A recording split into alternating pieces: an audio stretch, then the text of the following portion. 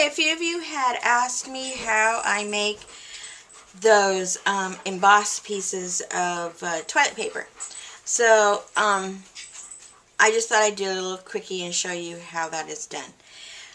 You can, here's the supplies that basically I use. Obviously it's some toilet paper, some water, a stamp, whether it's a homemade stamp or a purchased stamp.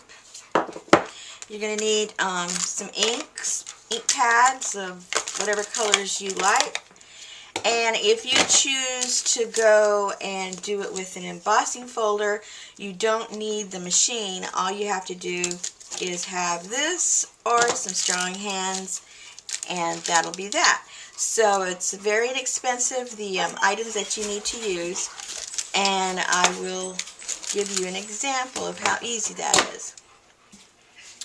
I like to put it on a non-porous surface, because if I put it on a paper towel or another piece of paper, it is going to probably stick to it once I wet the paper. So this is parchment paper that I've used, and it doesn't stick to it.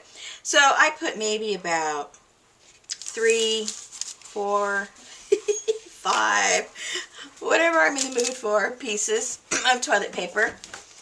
And here's my dog, he wants to watch. And then I spritz some water, if the water works. And then I come in with my stamp that I have, and I apply some pretty good pressure to it. Lift it up gently, and there is the embossing all done. Then I let those set aside for however much time. I let them dry. You can use a drying tool if you want, but they dry pretty quick, especially in this weather. Just put it outside and it'll be done. Let me, excuse me, allergy time.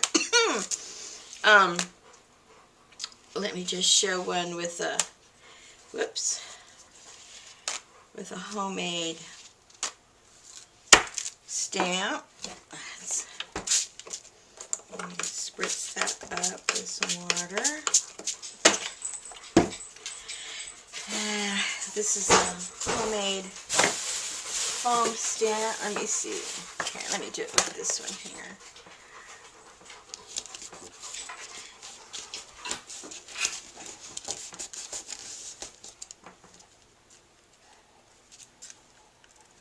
And these are just made out of foam. So you let that one dry. And if you want to do it on the embossing folder, we can get some paper and put that there.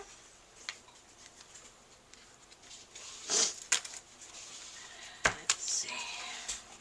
Excuse all my sniffles. I have allergies so bad, it's ridiculous. Alright. And then spritz that up. And then you can do that any of two ways. You can apply a lot of pressure, or you can just simply go across with your brayer. And then lift that up. You got some great embossing. Let that dry. Alright, so what I did a little while ago is I did some embossing already, so these are dry. And then the next step is extremely simple. Let me get an ink.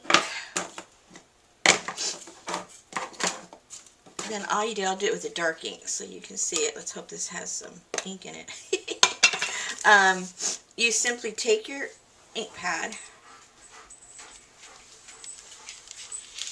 and you go over it.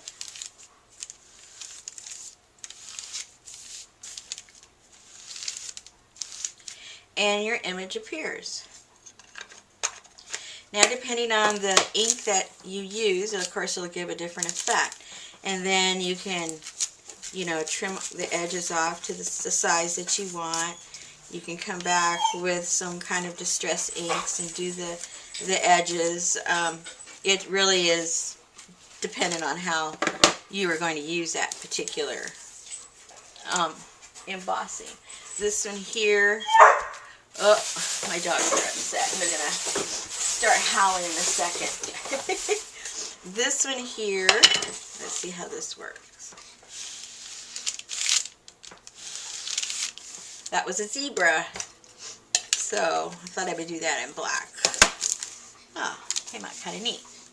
All right. Let's see here. What else do I have?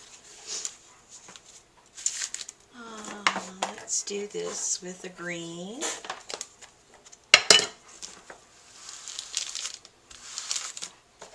So basically what you're doing is when you emboss it, I know in photographs usually it looks like the white part is sticking up, but that's only because you're dealing with light and dark colors, so that's just an illusion.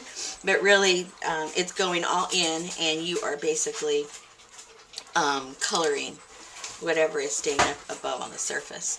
So I think they're kind of neat. Let me see here. What's this?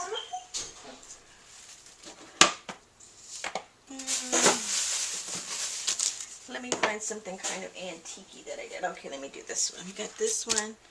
Let me get some walnut on there. This is just a fleur-de-lis that I did. See how that pops up nice. That's pretty. Then what you can do is cut away the edges, and then I would get a little bit of either tea or coffee and put it around the edges, and it would look so pretty on that one. Oh, hush, you can't go out.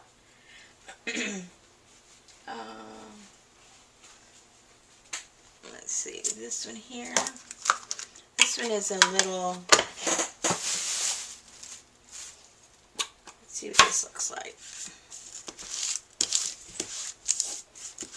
It's a little bird cage.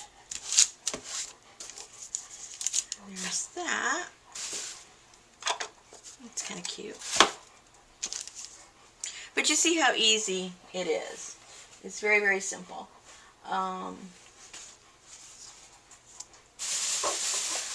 a different color.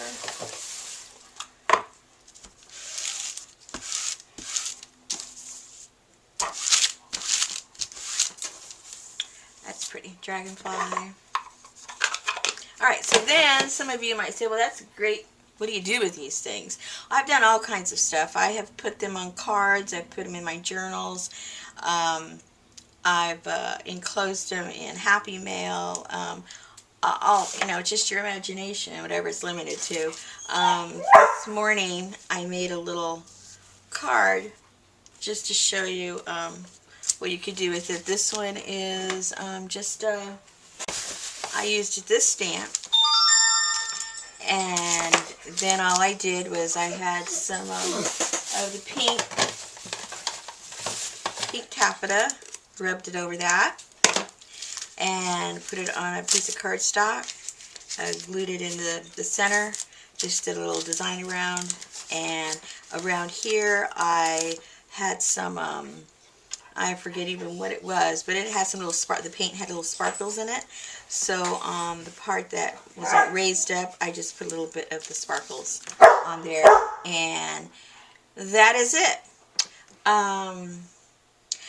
Yeah, that's it. Whoops. Well, anyway, I guess I better let my dogs out. They want to go squirrel hunting, and I don't like them to squirrel hunt, but the squirrels always get away. Anyway, I hope this answers some of your questions, and show me what you do with it. It'll be kind of fun to see how you interpret the toilet paper embossing technique. Thanks.